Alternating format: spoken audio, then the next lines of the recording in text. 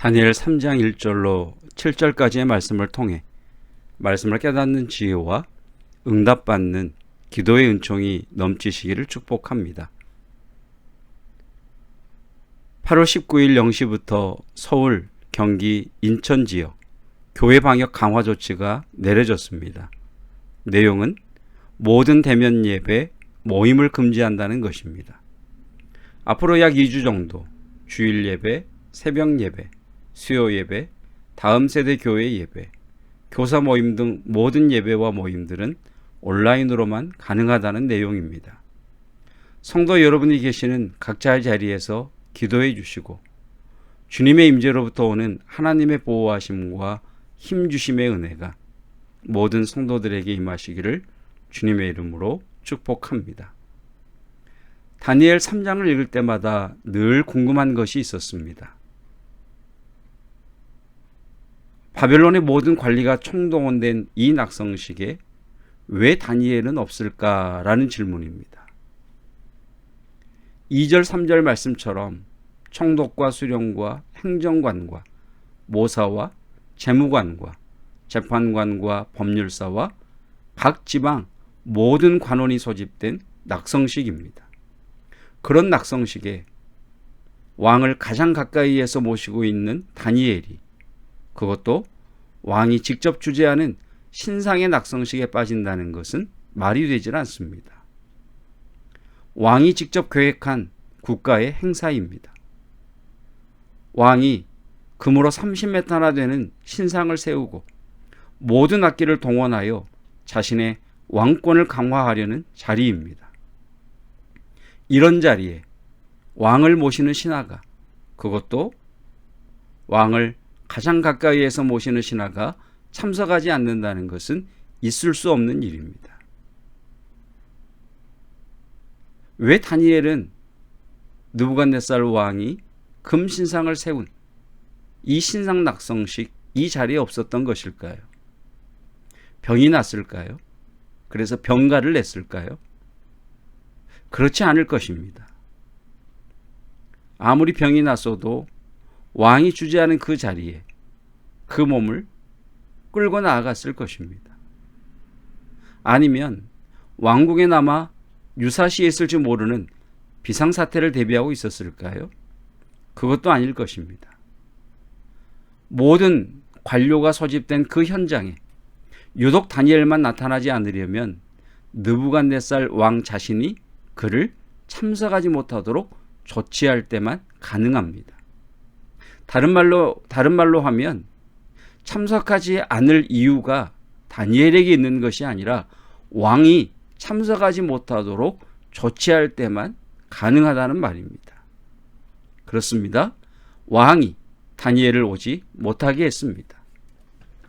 그러면 성도 여러분, 왜 느부갓네살 왕은 다니엘을 그 자리에 오지 못하도록 했을까요? 제가 본문의 말씀을 묵상하면서 드는 생각은 느부갓네살 왕에게 다니엘은 부담스러웠던 존재이기 때문입니다. 자신이 꾼 신상에 대한 꿈 내용을 알고 있는 다니엘입니다. 그리고 그 꿈이 무엇을 계시하는지 그 꿈을 해석해 준 사람도 다니엘입니다. 다니엘서의 핵심 구절은 2장 20절 말씀이라고 했습니다. 하나님은 지혜와 능력으로 세상을 경영하십니다. 하나님은 지혜와 능력으로 세상을 경영하시는데 하나님은 그 지혜와 능력으로 세 가지를 하십니다. 첫째는 때와 계절을 바꾸십니다. 둘째는 왕을 세우기도 하고 폐하기도 하십니다.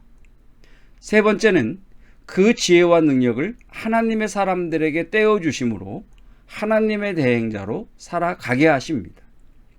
2장 23절에서 다니엘은 하나님께서 자신에게 하나님의 지혜와 능력을 주셨다고 하나님을 찬양합니다.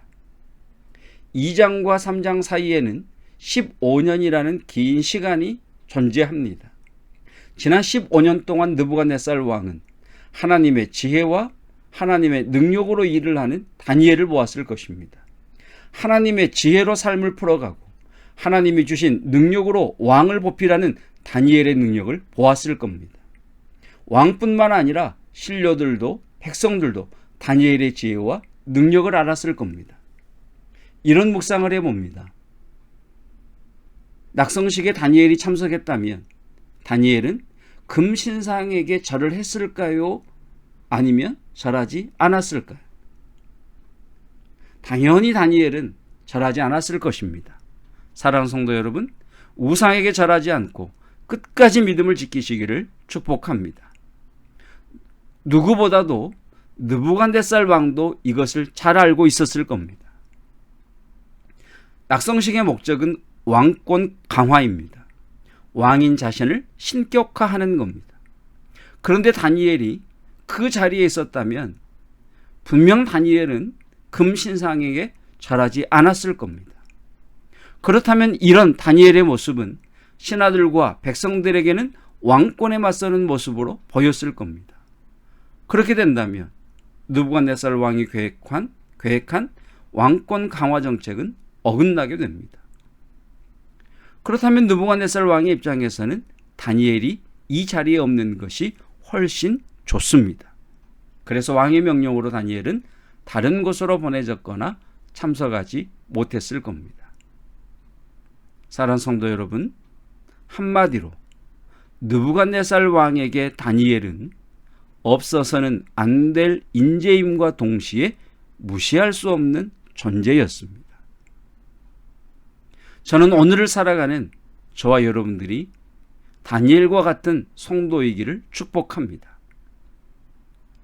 여러분의 삶의 자리에서 없어서는 안 되는 영향력이 있는 성도, 사람들이 무시하고 쉽게 여길 수 없는 절제된 성도, 매력 있는 성도, 예의를 갖춘 성도, 멋진 성도가 되기를 축복합니다.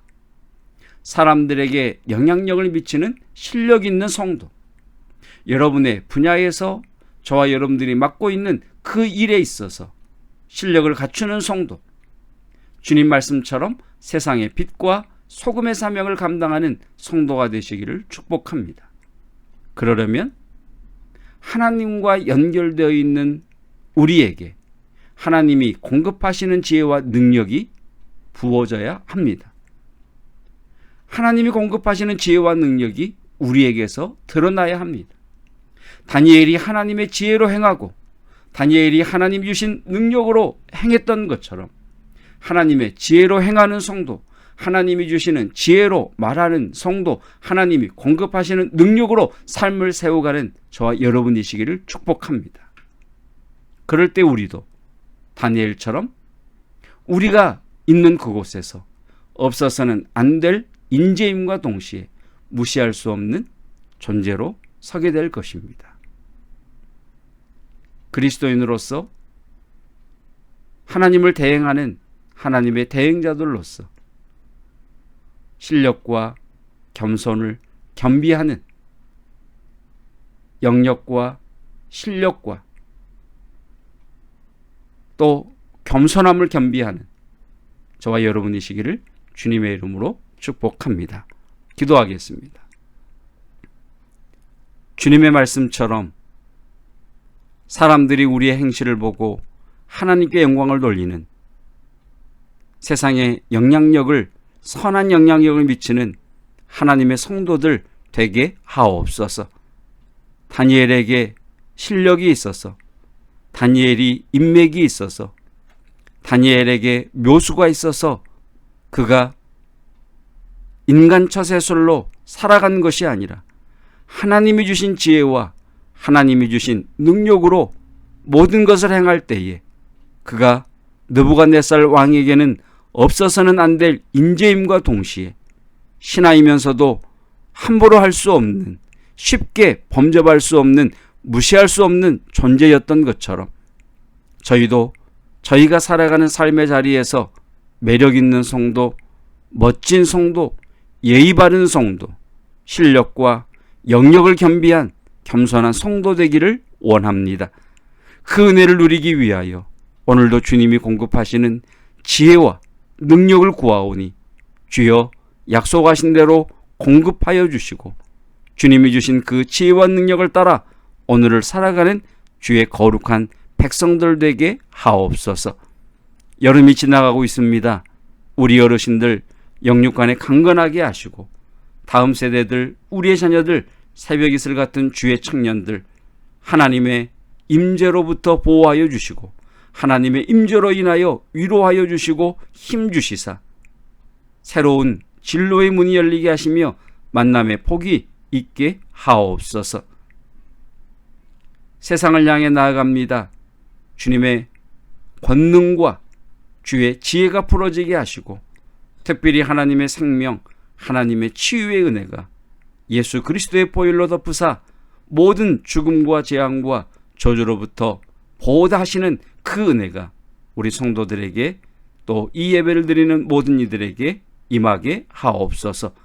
예수 그리스도의 은혜와 하나님의 사랑하심과 성령 하나님의 기름 부으심과 교통하심의 은혜가 하나님이 공급하시는 지혜와 능력으로 이 세상 가운데에 하나님의 나라를 확장해가는 멋진 그러나 예의 바른 실력 있는 성도들 위에 영원토록 함께 하시기를 축원하옵나이다.